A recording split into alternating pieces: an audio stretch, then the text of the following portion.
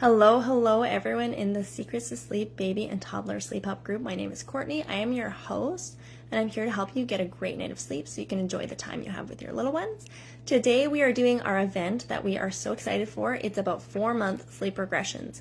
Post below right now if you are watching so that I know that you're watching. And if you have a question about 4-month sleep regressions or just about the 4-month age or anything about baby sleep, post it below and I will answer it for you, okay? I want to remind everyone that we have a draw for a one-on-one sleep consulting session. It's going to be done at October. There's only 2 people have entered, so hey, go post your name in that draw so that you can win a one-on-one free sleep consulting session, okay? All right, I'm going to get right into it. Let's talk about the 4-month sleep regression. I think that this is so important of a topic because there are just so many misconceptions. I hear people say things about this all the time that are not correct, and I just really want to make sure that people have a really great understanding of this so that you guys can have really great sleepers, especially at the 4-month mark. You guys could have really great sleepers at 4 months of age, and it could just continue for, the entire baby stage and toddler stage. And that's how sleep could be. And that is my goal for the families that I work with, to have really great sleepers from 4 months and onwards. Okay, let's talk about some of the misconceptions. Okay, or the things that people are saying. People are saying, okay, 4 months of age, is my baby's sleep going to get worse? When will my baby grow out of it? So, my baby hit a 4-month regression. When is my baby going to grow out of it? Okay, how come some babies' sleep regresses while others don't? And of course, what should I do about the 4-month sleep regression? Okay, post below if one of these questions is something that you have thought of. I would love to hear about it. Okay, what's going on here? Number 1, let's go into it. I'm going to talk a little bit about newborns. If you have a 1 to 3 or 4 month old baby, kind of under the 4-month mark, drop a 1 below if you have a newborn. Okay, this is for you. Okay, what's going on here? Okay, so let's talk about newborns and circadian rhythm. Okay, newborns, often their day-night cycles are reversed when they're born. That can be a thing for them. A 0 to 6 week old baby does not have a circadian rhythm developed yet. Okay, so it's normal for them to kind of take long naps, take short naps, they sleep, they're awake for a little bit, they're mostly just awake to feed, it's a little bit all over the place. They don't really care so much if they're in the car, if they're in their bed, they don't really know where they are. Contact napping is super normal for the newborn age. Some, might want to be rocked to sleep, some don't need to be rocked to sleep. It's not spoiling them if you contact sleep with them. This is something that definitely the older generation says is like, oh, well, you're spoiling them. Newborn babies love contact sleep, okay? It's not spoiling them. It's normal. It's biological for them at this age, and it's totally fine, and it doesn't interfere with their sleep cycles at this age, okay? I always tell families all the time, if you have a 0 to 3 month old baby and your baby's struggling with sleep, the number 1 most important thing is feeding, okay? If you have a baby that has feeding challenges, as a sleep consultant, there is nothing I can do to fix that, okay? Because if your baby's hungry, then they're going to wake up in the night, right? Or, a baby that I'm working with right now that's 2.5 months of age, this baby just seems to have kind of tummy troubles and just isn't crazy happy all the time.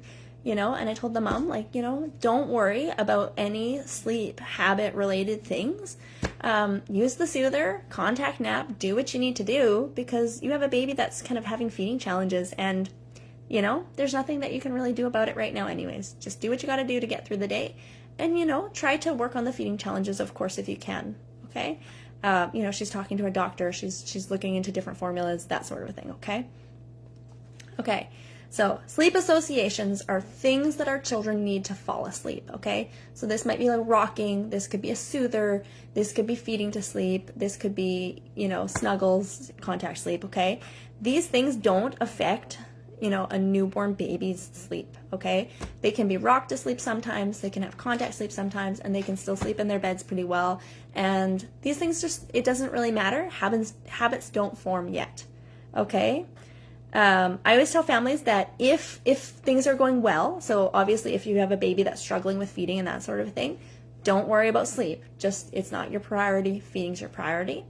If you have a baby that, things are going well, feeding's going great, and you want to set up habits for success at this age, I recommend something called sleep shaping. Okay, this is going to answer one of your questions.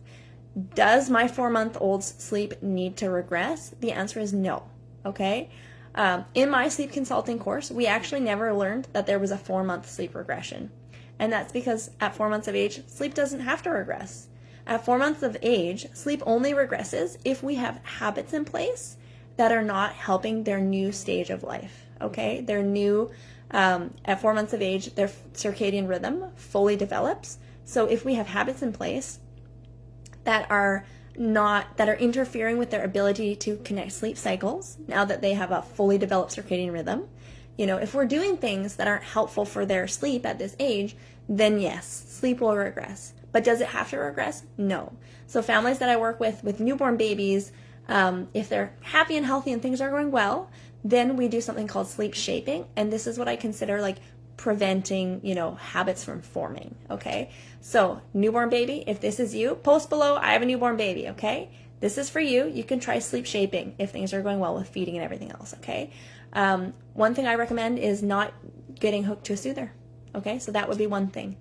Another thing I recommend is, not to rock a baby to sleep, but, kind of when you're at that 2-month mark or so, rocking a baby until sleepy and placing a baby into bed sleepy, but not asleep when you have a newborn baby, okay?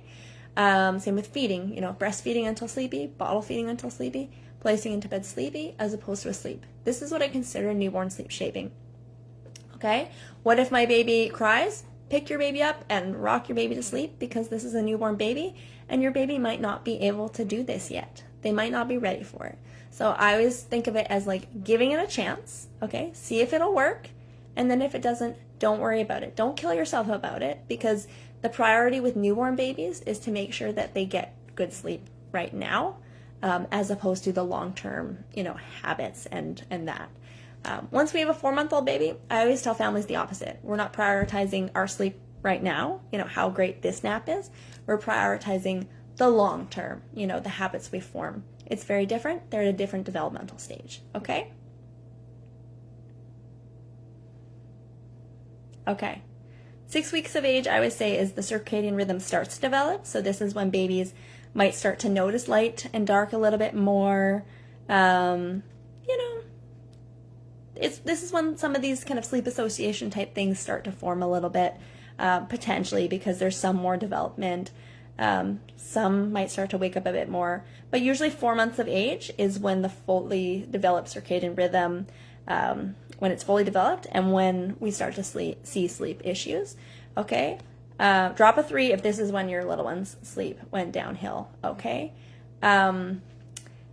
This is the thing. If you have a 6-month-old baby and you're like, I don't know, it's not a 4-month sleep regression. My baby's sleep was great until 6 months of age, and then everything went downhill. This is where I'm like, it's still the 4-month sleep regression. Okay. This means that at around 4 months of age, it could be later, it could be earlier, your baby, their development changed and they needed new sleep habits. For a while, things seemed okay. And then for some babies, it's going to be around 4 months when sleep starts to go out of, control. And then for others, they might kind of, ride along. And then, something happens, they get sick and it jostles everything up, something like that. And then now their sleep is bad. Okay. It's all due to the development of the circadian rhythm at around this age. This is why I don't like a 4-month sleep regression, because it kind of makes everything sound like, at exactly 4 months of age, this thing is going to happen and it's going to change everything, and that's how it is, when that's not how it is at all. It's like around this age, they have a certain amount of development that goes on that changes their sleep needs. And in order for them to sleep well, we actually have to change our habits and the way we go about sleep. So this means that if they're 6 months of age and they still have, let's say breastfeeding to sleep or bottle feeding to sleep, rocking to sleep, soothers, something like that, that we still need to change these habits because they still have new sleep needs. It's like we're still treating them as a newborn baby when they are not a newborn baby anymore, and the things that we have in place are interfering with their sleep. Okay, post below if you have any questions, any comments, anything that you want to share, okay? Okay, so what does the 4-month sleep regression look like? I'm just going to take a sip of tea, okay?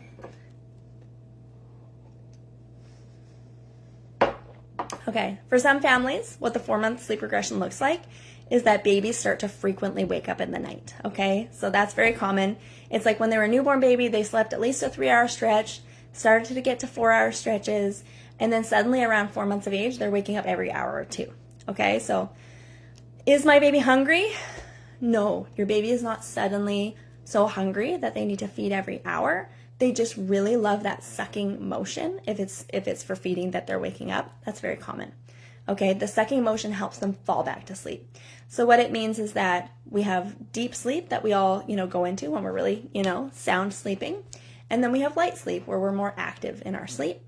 As adults, we have longer sleep cycles. We spend way more time in deep sleep. Babies and toddlers spend way more time in light sleep. This is why they are rolling around and, so active in their sleep, is because they have more light sleep and because they do way more sleep cycles than we do.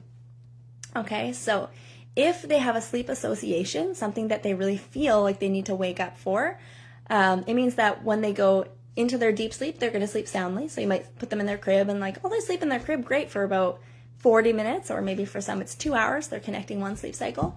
And then they go into their light sleep and they wake up because they don't know how to go back into their deep sleep, okay? They don't have this skill of connecting sleep cycles. They don't have the skill of self-settling and falling back into their deep sleep. And this is why they're waking up. They're not hungry. It's not comfort. Sometimes people say, well, they're comfort feeding. This is a very specific habit that has to do with sleep. They cannot fall asleep independently. Therefore, they cannot sleep in their crib all night long independently, because regularly we need to fall back asleep in the night. That's something that I don't think that the average person knows about sleep, is that it's not just at bedtime. It's all night long where we are in deep and light sleep. And if they can't do that on their own, then they wake up. Okay. Babies at about 4 months of age, they actually need a set schedule. This is another thing that I don't feel like most families know. When we have a 0 to 4 month old baby, we follow wake windows, okay? So this is like, a baby's happy and content for about an hour or so, maybe an hour and a half by about 4 months of age. And then they need about a 2-hour long nap, that's a pretty normal kind of schedule for this age. It's not a schedule, it's more of a rhythm that we follow. And then around 4 months of age is when their body actually requires something different. So they actually require a set schedule. This means that if nap time is 9 o'clock, they require going to sleep at 9 o'clock a.m., every day, no matter what time they woke up in the morning, right? This consistency is very key for why naps are so short, okay? If I go to bed at 10:30 every night, okay, and then one night I try to go to bed at 9, my body's not going to let me fall asleep at 9 because that's not what my body clock is aligned to. Or if I try to stay up until 1 a.m. in the morning, I'm going to be so tired. I'm going to be, something else because my body is not aligned to that time, okay? This is the same for your 4-month-old or older if we are changing up their schedule all the time, okay? They actually need a set nap schedule. So if wake up is 6:30 or if it's 7, whatever it is, we're still going to put them to sleep for 9 o'clock if we want them to have long naps. This is why babies are catnapping, is because we are not putting them on set schedules. We have sleep associations that are interfering with their abilities to connect sleep cycles, and these things are causing them to not have this really awesome sleep that they could be having, okay?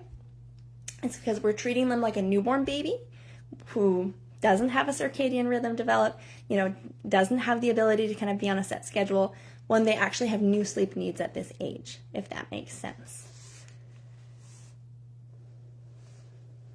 So this is the thing. They're not going to grow out of it, okay? Your baby is not going to grow out of having a fully developed circadian rhythm, okay? We have to change our habits around sleep as parents in order for their sleep to improve, okay? Let's see. Is anyone here and watching? Say hello if you're watching. Nothing has popped up on my phone, and sometimes I don't know if it's that sometimes it doesn't pop up right away, and sometimes I just have missed it. So say hello if you're watching so that I know.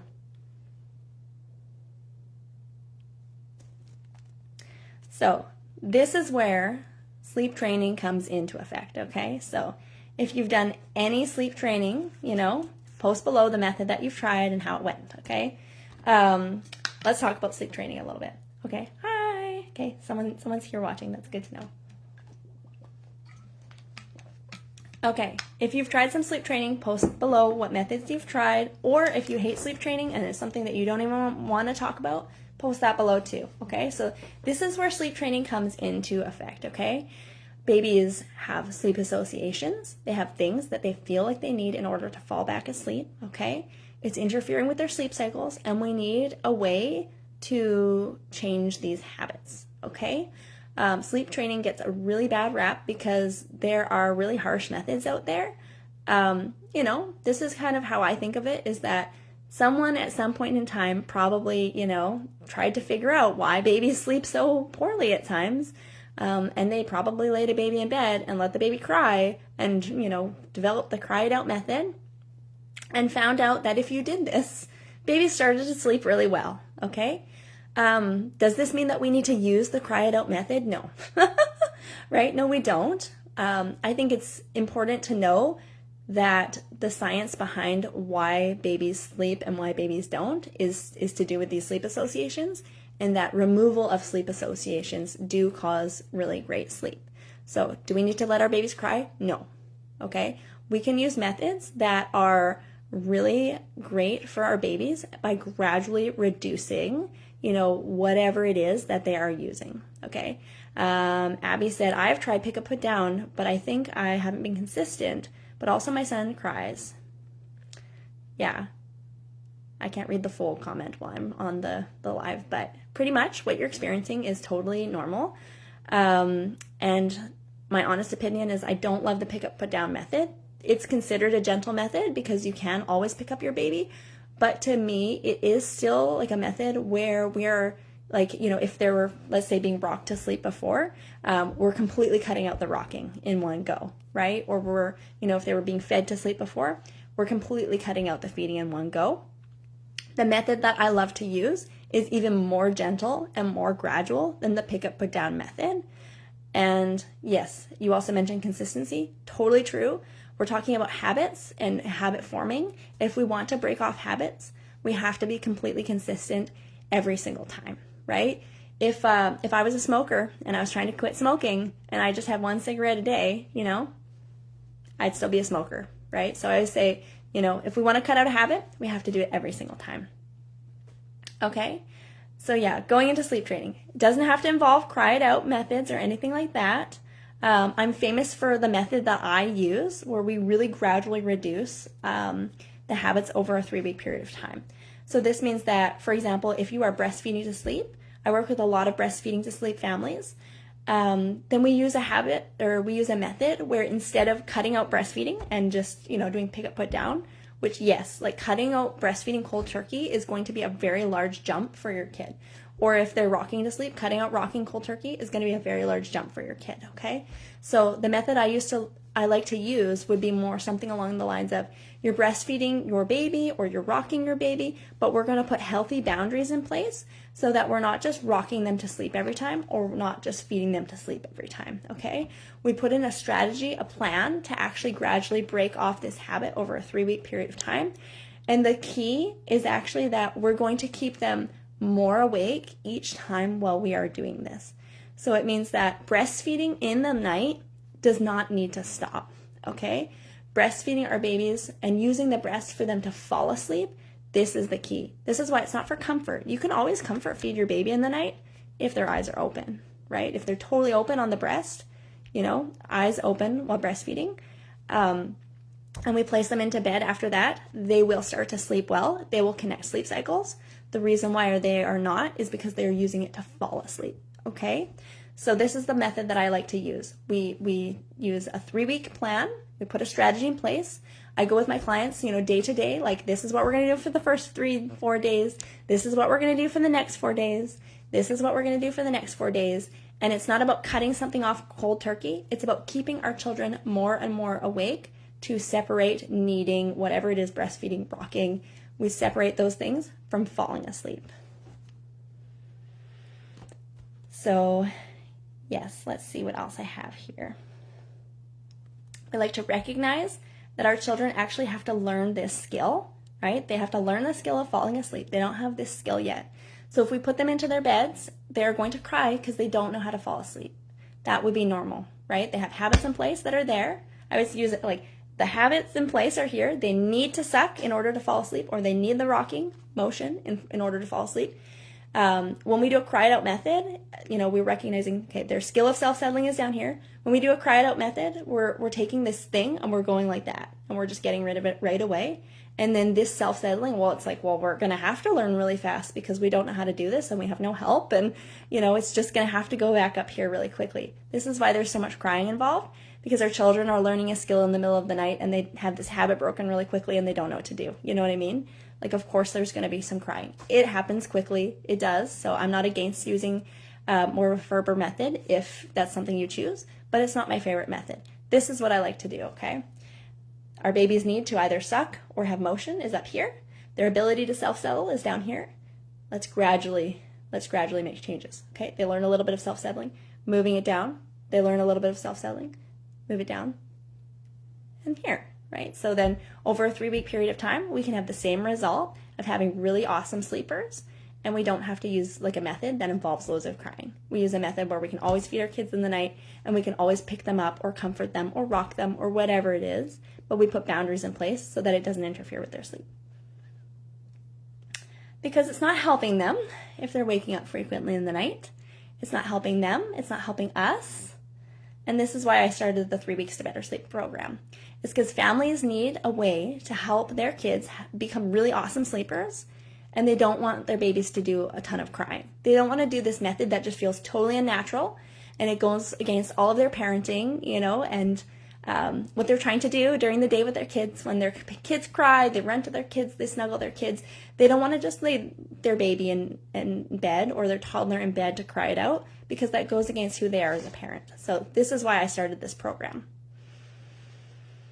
You want to pick up your kids, you want to snuggle them, and you want to kiss them, and you can do that in our 3 Weeks to Better Sleep program. So every time. This is what I do with families. You should use a method that you love, one thing that you feel really great about and comfortable with.